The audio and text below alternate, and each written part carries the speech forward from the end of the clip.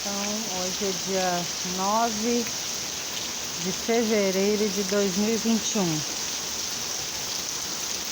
Começou uma chuvinha intensa e a rua já começa a encher.